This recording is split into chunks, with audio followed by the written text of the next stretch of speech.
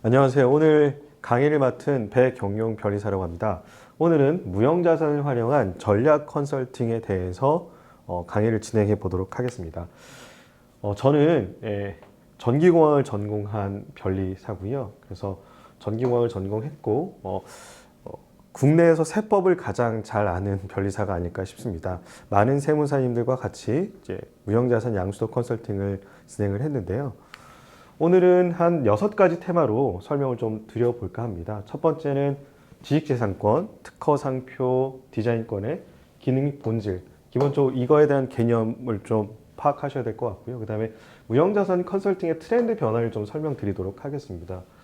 예전엔 직무발명 보상제도를 활용한 컨설팅이 활용되었다라고 하면 현재는 대표이사의 개인적인 특허권, 상표권을 가지고 양수도하는 컨설팅이 진행되고 있고요. 그 다음에 보통 무형자산 컨설팅을 할 때는 업종별로 제조업체를 좀 보고 계신데 제조업체뿐만 아니라 온라인 쇼핑몰 또 다른 디자인 업체라든지 음식점도 가능합니다. 그래서 업종별로 타깃할 수 있는 기업들, 그 다음에 마지막으로는 지식재산권 양수도 컨설팅 프로세스 부분이 있고요. 당연히 이 부분은 세무와 관련된 부분들이 적용이 되다 보니까 체크 포인트들이 좀 필요합니다. 그래서 국세청에서 어떤 관점을 바라보고 진행할 때 어떤 부분들을 주의해야 하는지 설명드리도록 하겠습니다. 그리고 여기서는 케이스 스터디를 좀 설명하겠습니다. 진행했던 케이스를 설명드려서 어떤 식으로 진행되는지 설명드리고 또 컨설팅 제안할 때 프라이싱 전략도 좀 설명을 드리도록 하겠습니다. 세무사님들이 주로 이 일 많이 하시게 될 텐데 어떤 비용 구조를 가져가셔야 되는지를 좀 설명드리도록 하겠습니다. 지식재산권의 기능 및 본질과 관련해 설명을 좀 드릴 텐데요. 사례를 가지고 좀 설명을 드리겠습니다. 혹시 이거 뭔지 아실까요? 네, 왼쪽은 하기스. 자녀분들이 있으신 분들은 당연히 기저귀를 갈아보신 적 있을 텐데 여기는 이제 킴벌리 클락이라고 하는 회사고 이제 요 세 개 회사는 쌍용재지, LG 생활건강 제품입니다. 당연히 뭔가 이슈가 있으니까 제가 이 그림을 그렸겠죠. 네. 우리나라 특허 침해 소송 중에서 이제 손해배상액이 가장 컸던 소송이 기저귀 소송입니다. 2천억 정도의 손해배상액을 물었던 케이스인데 킴벌리 클락이 이 세 개 회사에 대해서 손해배상 침해 금지와 손해배상 청구를 했던 케이스가 되겠습니다. 네, 그래서 킴벌리 클락은 김앤장을 대리인으로 선임했었고 이 세 회사는 법무법인 광장을 대리인으로 선임했었는데 근데 보면 기저귀를 보시면 여기 주름이 있는 밴드가 있습니다. 자녀들 이제 기저귀 갈아보시면 알겠지만 저도 이제 아들 둘이 있지만 여기 부분이 공기를 잘 통과하면서 이제 소변을 잘 흐르지 않는 유체 투과성 플립이라고 하는 기술이 적용되어 있는데 이 부분과 관련해서 이제 특허 침해 이슈가 있었죠.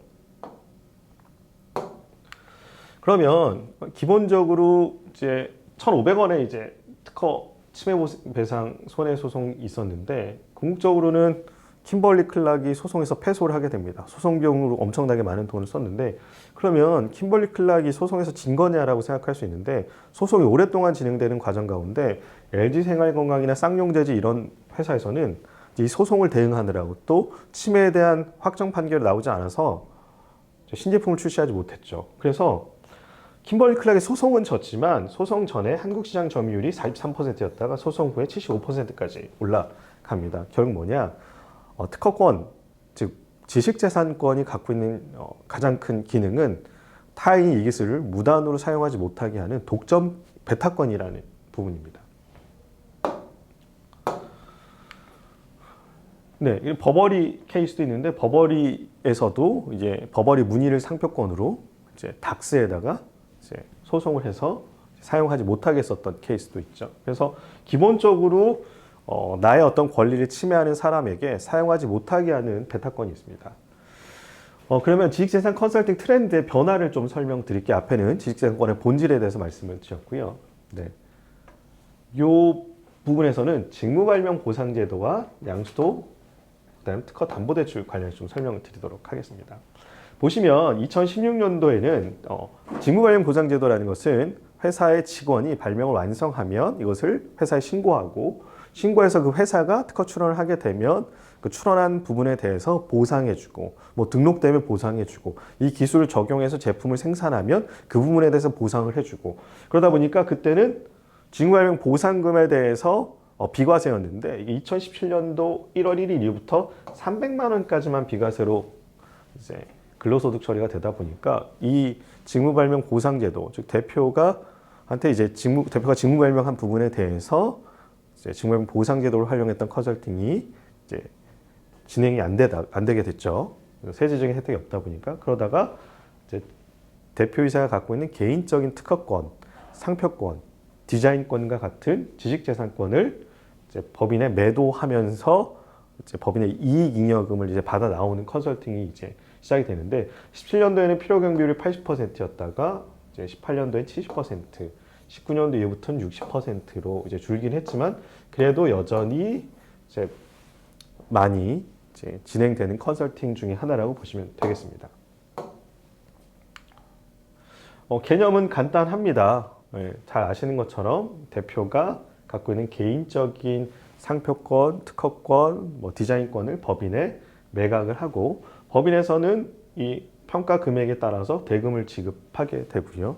당연히 법인에서는 비용을 지급했으니까 감가상각하면서 경비를 처리하게 되는 그 구조라고 보시면 됩니다. 그래서 개인이 법인 자금을 낮은 세율로 아까 말씀드렸던 것처럼 필요경비율 60% 그래서 법인 잉여금을 회수하거나 대표이사가 법인에 갖고 있는 가지급금을 회수하는 전략. 그 다음에 법인 같은 경우는 또 무형자산 상각, 특허 같은 경우는 7년 동안 상각을 하고 상표는 5년간 정액으로 감가상각을 하는데 또 하나는 사전징여 감안 시 어쨌든 법인의 비용 처리를 하기 때문에 주식평가액이 낮아지는 효과를 갖게 됩니다.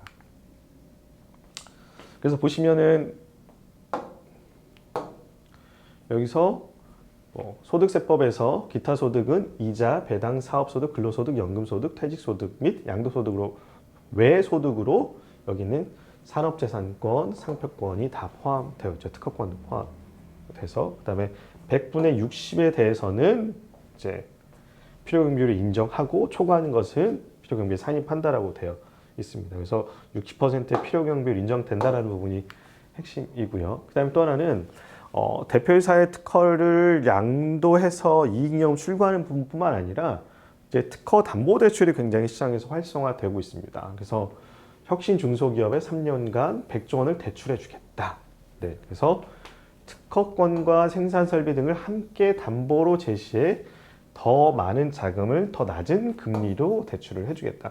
예전에 어떤 기업이 이제 어쨌든 대출을 받을 때는 이제 부동산 담보 대출을 많이 받았는데 이제 특허랑 생산 설비만으로도 이제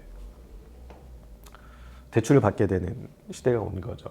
성윤모 이제 산자부 장관이 바로 직전에 특허청장이었거든요. 특허청장으로 재직하면서부터 이 어떤 특허에 대한 인사이트를 굉장히 많이 갖고 있고 우리나라가 앞으로 가야 할 방향이 지식재산권을 가지고 좀 더 많은 수익을 창출하는 그런 어떤 고부가 기술 혁신 이쪽으로 가야 된다라고 하는 또 4차 산업혁명과 맞물려서 그런 어떤 관점을 갖고 있다 보니까 이렇게 계속 이런 드라이브를 걸고 있죠.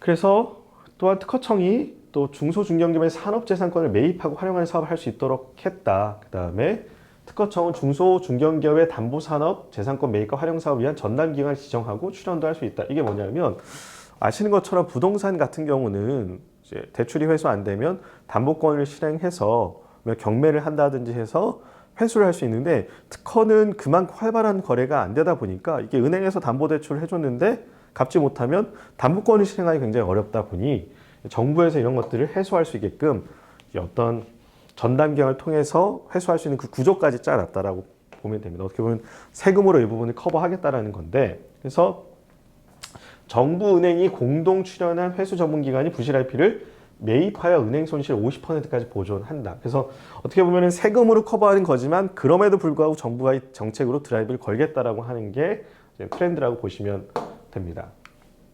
그래서 실제 많은 은행에서 담보대출을 하고 있고 무형자산 담보대출을 하고 있고 대출액이 굉장히 점점 커지고 있는 상황입니다. 그래서 대표이사가 갖고 있는 특허를 법인으로 양도할 수도 있고 또 양수받은 법인이 이걸 기반으로 다시 담보대출까지 일으킬 수 있는 여러 가지 어떤 활용도가 높아지는 시점이라고 보시면 됩니다. 그래서 다양한 관점으로 보시면 컨설팅 포인트를 더 잡으실 수가 있습니다.